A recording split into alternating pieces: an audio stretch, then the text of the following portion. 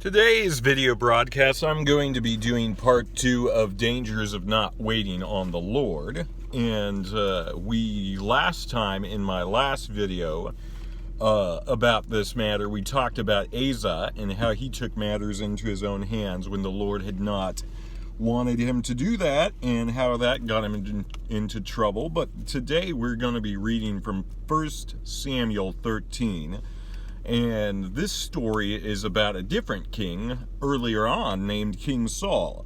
Now I'm going to start reading from chapter 13, verse 1 through 1 through let's just take a look. 11. And so we're going to start with Saul was 30 years old when he became king, and he reigned over Israel 42 years.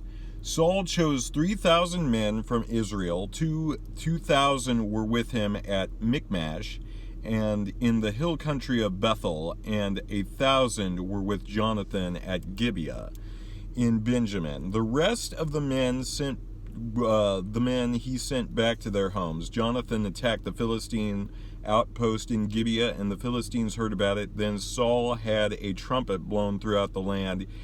"Let the Hebrews hear." So all Israel heard the news. Saul has attacked the Philistine outpost, and now the Israelites have become obnoxious to the Philistines. And the people were summoned to join Saul at Gilgal. And Saul assembled to fight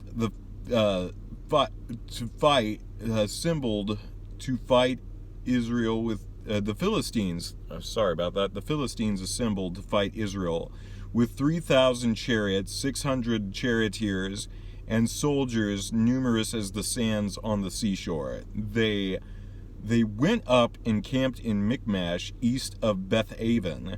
When the Israelites saw their situation was critical and their army was hard-pressed, they hid in caves and thickets among the rocks, and in pits and cisterns.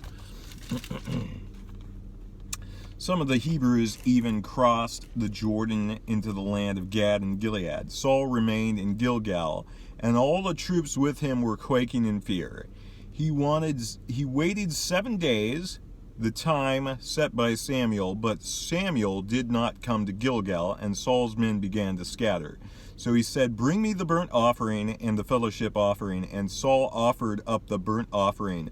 Just as he had finished making the offering, Samuel arrived, and Saul went out to greet him. "What have you done?" asked Samuel. Saul replied, "When I saw that the men were scattering, and you did not come at the set time, and that the Philistines were assembled in Michmash, I thought, now the Philistines will come down against me at Gilgal, and I have not sought the Lord's favor, so I felt compelled to offer the burnt offering." "You have done a foolish thing," Samuel said.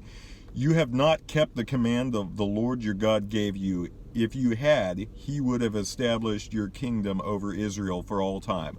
But now your kingdom will not endure.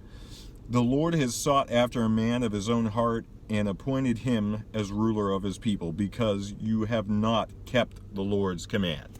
So we see obviously here, the scripture doesn't undermine or trivialize what the situation was. It even says, when the Israelites saw their situation was critical and their army was hard pressed. So it was obviously an intense situation there that was very serious.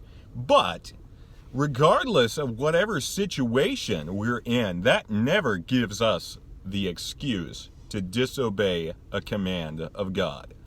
And that's a very important thing we must realize. No matter how hard-pressed we are, no matter what the situation is, we always do the very best option to keep the command of the Lord. Sometimes we may find ourselves in a situation where we're hard-pressed, where we feel like there's no way out of it. And what Saul was doing was he was waiting for Samuel to arrive. Samuel said, "Wait until I get there to offer up the burnt offering and the sacrifice." What does Saul do?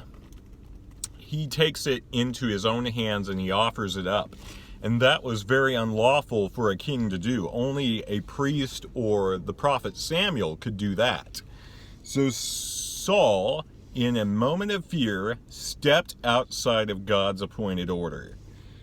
In a moment of fear, he even said, okay, let's see what exactly Saul says. He said, Saul replied, when I saw that the men were scattering and that you did not come at the set time, and the Philistines were assembled in Michmash, I thought, now the Philistines will come down against me in Gilgal, and I have not sought the Lord's favor, so I felt compelled to offer the burnt offering. So, Saul obviously had no justifiable excuse to do what he did.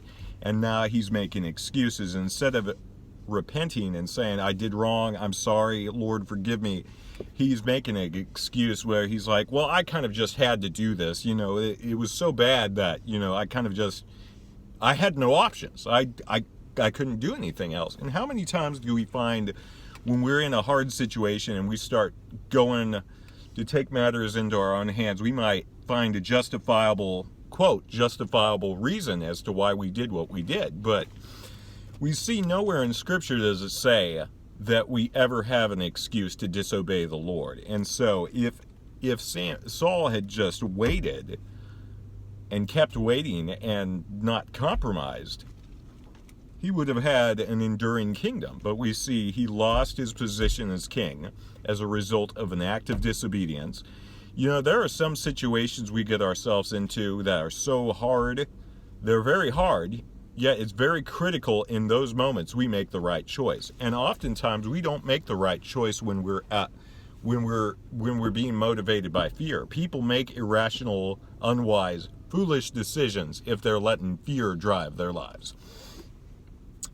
Saul could have said, well, I trust the Lord is in control over this, and I'm not going to step outside of his will to take matters into my own hands. I'm going to wait and obey the command of God regardless of what I'm facing. But he didn't do that. We see shortly after he does that unthinkable act, Samuel finally arrives. And so, can you imagine how bad that must have been when you finally broke and you compromised, and then right after, that's when the breakthrough comes. And then you don't experience it because you sinned. And so that's basically an act of disobedience on Saul. If he had just waited a few extra minutes, Samuel would have arrived. Samuel was a bit delayed. He said, I'll come at this appointed time, and Samuel was taking a little bit longer than he was supposed to arrive. And that's so true with us too. We got to wait for God to come through in whatever situation we are faced with and keep maintaining his commands and doing his will. Even if he comes through a little later than we anticipated, we still got to hold true and trust God and say, Lord, please come through. And I'm going to wait for you to come through, and I'm not going to take matters into my own hands or sin or disobey you as I'm waiting. And that's the very important thing. While we wait for the Lord to come through with a solution to whatever problem we face, we must be sure that we keep in mind that we are going to obey him regardless of how long it seems to take. God bless.